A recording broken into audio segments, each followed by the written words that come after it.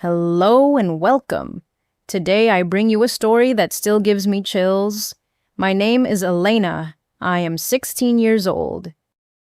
I live in a small house near the sea in a quiet town where the wind never really stops and the gulls argue with each other every morning over fish scraps near the harbor.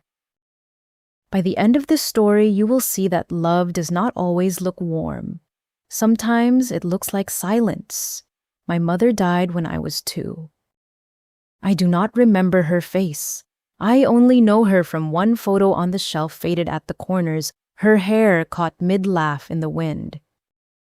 My father is named Daniel. He works far from home, often gone for weeks at a time, driving trucks across the coast, delivering things to towns smaller than ours. When he is home, the house feels lighter, full of his loud boots and bad jokes. When he leaves, it feels smaller, like the walls move in a little, like the rooms forget how to breathe. The woman who raised me is named Margaret. She is my stepmother. She came into our lives when I was 3. She never raised her voice. She never raised her hand, but she also never said the words I wanted to hear. "Dinner is ready," she would say. "Eat before it gets cold." That was Margaret. Short sentences, closed doors, a house that was always clean, always quiet, always cold in a way that had nothing to do with the weather. Her shoes lined up perfectly by the door. Her tea always made exactly the same way every single morning, like a small private ritual no one else was invited to share. I used to think she hated me. I counted the years like scars. No hugs at bedtime, no soft words after a bad day at school. Just rules, chores, and silence. None of it seemed to matter, I told myself. Children tell themselves many things to survive, and I was no exception. But there is one night I will never forget. A night when the wind tore through our town like it was looking for something. A night when the power went out, and so did every wall I had built around my heart. That night I learned the truth about Margaret, and it was nothing like what I believed for 13 long years. If you have ever loved someone who never said it back, stay with me. This story is for you. My name is Elena. This is the night everything changed. Here's the truth. Cold does not always look cruel. Sometimes it just looks tired. But I did not understand that, yet not back then. Back then, I only had one memory that I kept turning over like a stone in my pocket. I was 11. My school was holding a spring recital. I had practiced my poem for weeks, whispering it under my blanket at night, until I knew every word by heart. I wanted Margaret to come. I never said it out loud, but I wanted it more than anything. The day came. I stood backstage, peeking through the curtain, searching the crowd. Mothers, fathers, grandparents with cameras. My father was away that week, driving somewhere far north. Surely Margaret would come instead, I thought. She had to. She did not come. I walked home alone after the show, my poem still folded in my pocket, unread to anyone who mattered. The wind was cold that evening, and my shoes felt heavier with every step. The house was quiet when I got there. On the kitchen table, there was a small piece of paper folded once. "Dinner is in the oven." I had something to handle. That was it. No question about my poem. No, I'm sorry I missed it. Just 4 short lines written in her tight, careful handwriting. I sat at that table and I cried quietly the way I had learned to cry in that house. Not loud, not long. Just enough to let it out, then enough control to stop before anyone could ask why. It did not matter, I told myself. I was lying. That night, I made a decision, the kind only a child can make and truly believe. I decided Margaret did not love me and probably never would. I decided I would stop hoping for it. It felt safer that way. If I never expected warmth, I could never be disappointed by its absence. For years after that, I built a small wall brick by brick every time she said something short instead of something kind. I got good at it. I got so good that by the time I was 16, I almost believed the wall had always been there, that it was simply who I was. I did not know yet that walls can hide more than one kind of pain.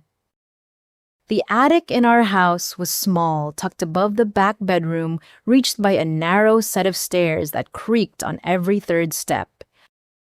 I rarely went up there. There was nothing for me in that dust and old boxes, or so I thought. I was 13 the first time I noticed the chest. I had gone up to find an old fan during a hot summer week, boxes of holiday decorations, a broken lamp with a torn shade. And in the far corner, half covered by a blanket, a small wooden chest with a brass lock, the wood dark with age. At first I thought nothing of it. Old houses have old things, but as I reached toward the blanket just to see what was underneath, I heard footsteps on the stairs behind me. Margaret stood in the doorway. Her face had gone pale. "What are you doing up here?" she said. Her voice was sharper than I had ever heard it. "I was just looking for the fan," I said. "Get out." She did not move from the doorway. "Now, Elena." I left without a word. I could not understand what I had done wrong, not really. I had not even touched the chest. But the way she looked at it, the way her hand pressed flat against the wood like she was protecting it, stayed with me long after I went back downstairs. She woke up that day a different person. She moved faster. She spoke less. She built a new lock for the attic door before the week was over, a heavier one, the kind meant to keep something serious shut. That was the first time I saw fear, not anger, in her eyes. I started watching her after that, quietly, the way children learn to watch the adults who confuse them. I noticed small things, the way she paused at the photo of my mother on the shelf just for a second before walking past it. The way she sometimes stood at my bedroom door at night, not coming in, just standing there before walking away again. None of it made sense to me. I only knew that something lived inside that locked attic, something Margaret guarded the way you guard a wound you are afraid to touch. For 3 more years, I let it go. I had my wall. I had my own quiet rules for surviving in that house. The chest became one more thing I chose not to think about, tucked away like everything else Margaret kept hidden. Little did I know one storm would change all of that. I had no idea the chest was waiting for me too. The storm came 3 years later on a Friday in October. I was 16 by then. My father had left 2 days earlier for a job up the coast, a long drive he had done 100 times before. He called that morning to say the roads were closing early because of the weather, and he might not make it back until the storm passed. Margaret answered the phone. She did not say much, just nodded into it the way she always did. By evening, the wind had grown teeth. Rain hit the windows like small stones. Thunder rolled somewhere far out over the water, low and constant, like the sea itself was clearing its throat. The lights flickered once, twice, then went out completely, leaving the whole house in a thick, moving darkness. Margaret lit 2 candles in the kitchen. We sat across from each other, not talking, listening to the storm test, every window and door in the house. Stay with me here, because this is the part that changed everything. Around 9, Margaret stood up suddenly. She walked to the hallway, pulled on her coat, and reached for the door. "Where are you going?" I asked. "It's a storm out there." "I have to check something," she said. "I won't be long." She opened the door and the wind pulled it from her hand. Rain rushed in, cold and sharp, smelling of salt and wet earth. She stepped out into it without another word, and the door slammed shut behind her, leaving me alone in the candlelight. If you have ever felt the walls of your own house grow strange around you, you know this feeling.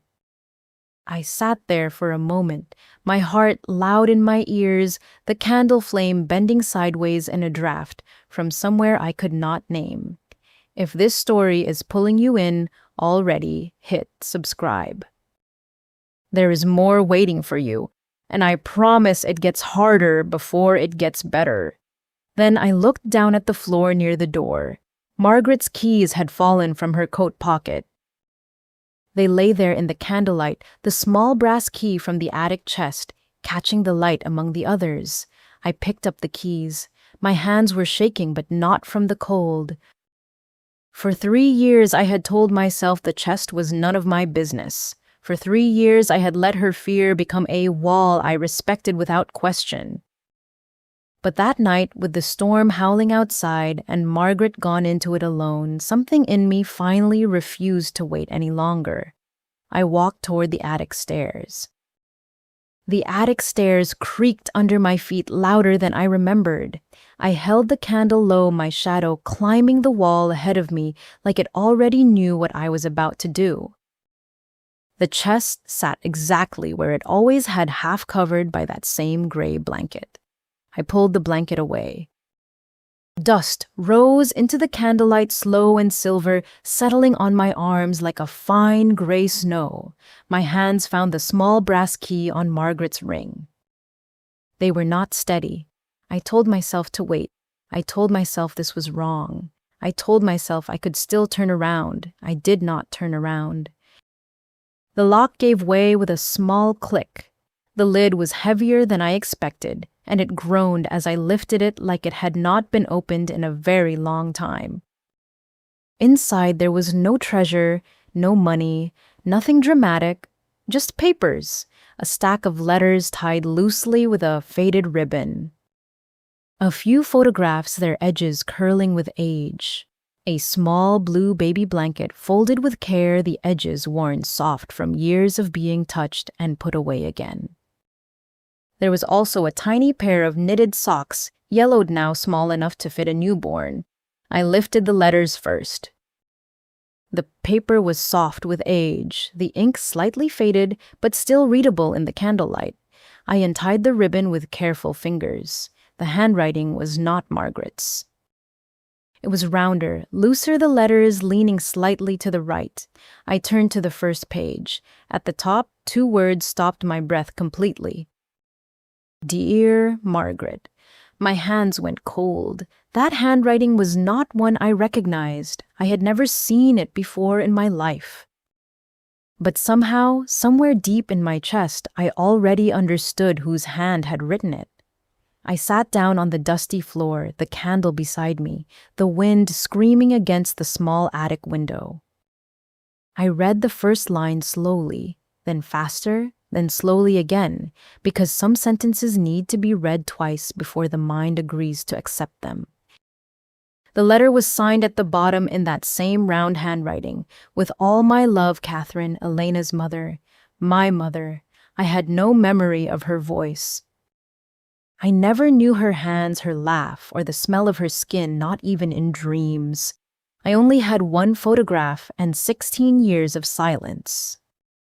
And now, in a cold attic, during a storm, I was holding words she had written, words meant for the woman I had spent half my life believing did not love me at all. I read on. I could not make myself stop. Each line pulled me further from everything I thought I knew and closer to a truth I was not ready for, but desperately needed.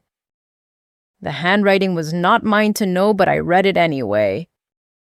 The letter went on for 2 pages, written in the unsteady hand of someone who was tired in a way that had nothing to do with sleep. Catherine wrote that she was sick. The doctors had given her months. Not years, she explained in handwriting that grew smaller toward the bottom of the page, as if even her hand had grown tired. There was, she wrote, 1 fear bigger than dying, and it had a name, Elena, me. Catherine did not want her daughter to grow up soft in a hard world carrying grief she was too young to understand. She had watched, she admitted, too many children break under sadness they could not name. She asked Margaret, the quiet young woman her husband had begun seeing before she even passed, to raise her daughter with strength instead of pity. Raise her like she has no reason to be fragile, the letter said. Let her believe the world is simply the world. Never let her know she is being protected from a sorrow that was never hers to carry.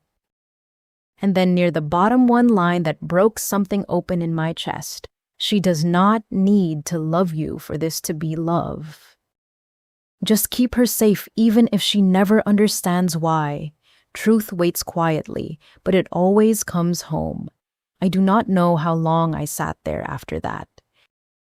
I only know that the attic door opened behind me and Margaret stood in the frame, soaked from the storm, her face frozen at the sight of me holding the letter. Rain still dripping from the ends of her hair. Elena, her voice cracked on my name. Put that down. You knew her, I said. My voice did not sound like mine.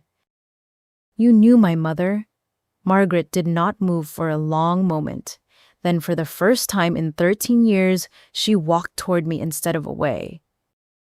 She was my friend before she was anything else, Margaret said quietly. She asked me to do something impossible, raise her child and never let that child feel like a tragedy. So you decided coldness was easier than love. I decided silence was the only way I knew how to keep my promise. Her hands were shaking now too. Every time I wanted to hug you, I thought of her asking me not to make you fragile with my own grief. Every time I wanted to say I loved you, I was afraid it would sound like pity, and pity was the one thing she begged me never to give you. I called it hate. It was a promise she carried alone for 10 years. You let me believe you didn't love me, I whispered, for 13 years.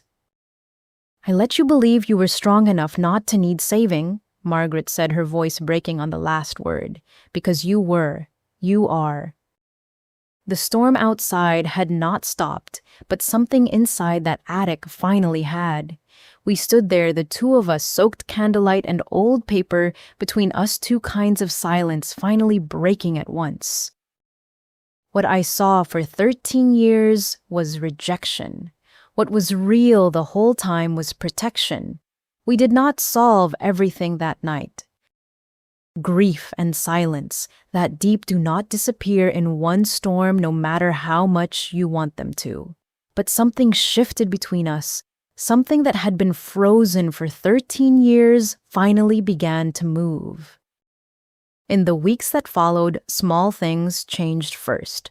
Margaret started leaving the kitchen radio on in the mornings, soft music drifting through the house instead of silence. She began sitting with me sometimes while I did my homework, not saying much, just present in a way she never used to be. I noticed her watching me more, like she was finally allowed to look without hiding it. Margaret told me more after that, slowly over the weeks that followed. How my mother used to laugh too loudly in quiet rooms, how Catherine would have hated how serious our house became, how much she would have wanted laughter in it instead of rules. How the two of them used to drink tea on this very porch long before any of this began, two young women who had no idea what was coming.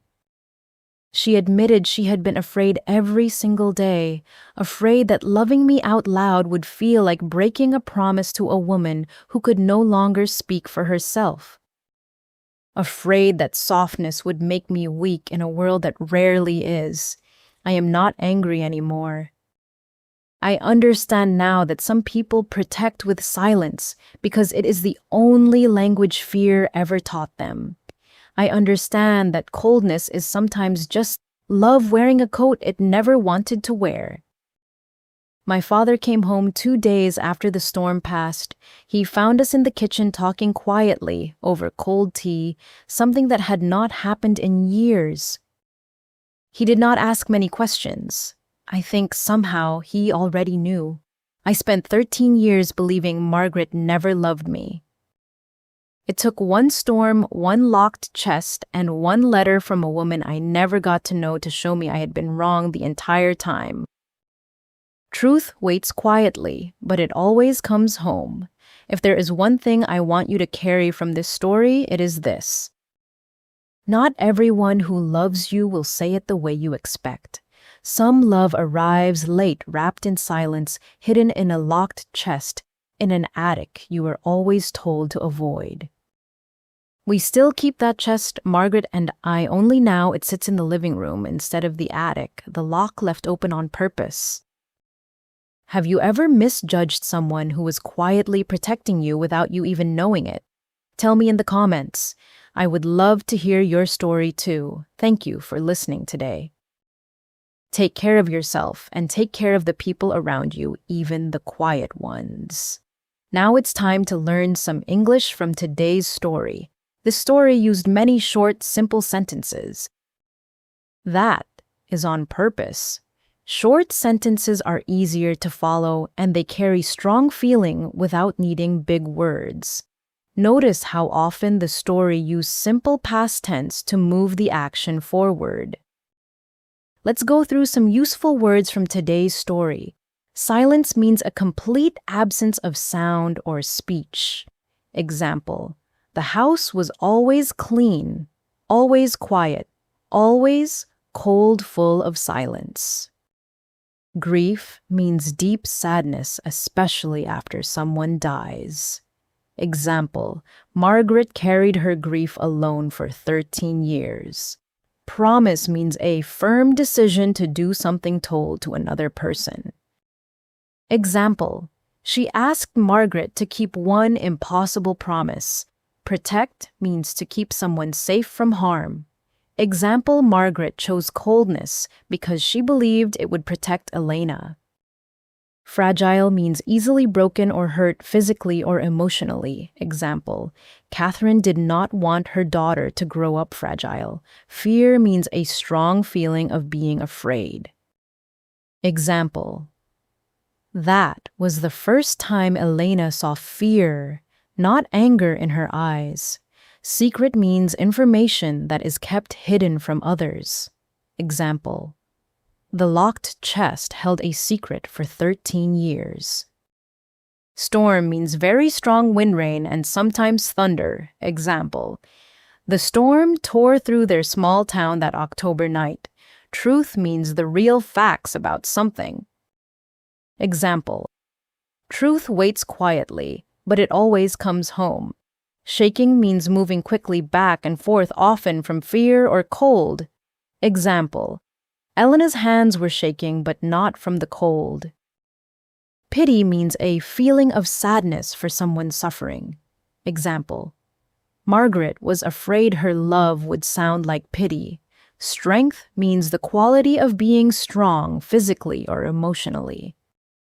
Example: Catherine wanted her daughter raised with strength instead of pity. Quiet means making very little or no noise. Example: Margaret was a quiet woman who rarely explained herself. Forgive means to stop being angry at someone for something they did. Example: Elena learned to forgive Margaret once she understood the truth. Attic means the space under the roof of a house.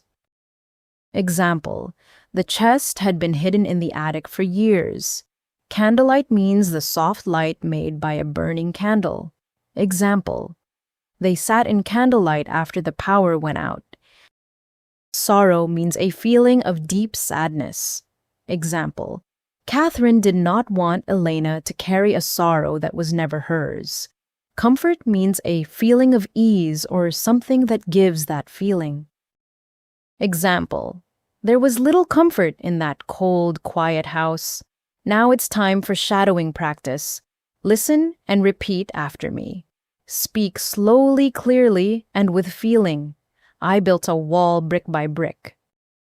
That was the first time I saw fear. My hands were shaking, but not from the cold. I called it hate. It was grief that never found words. Truth waits quietly. It always comes home. I am not angry anymore.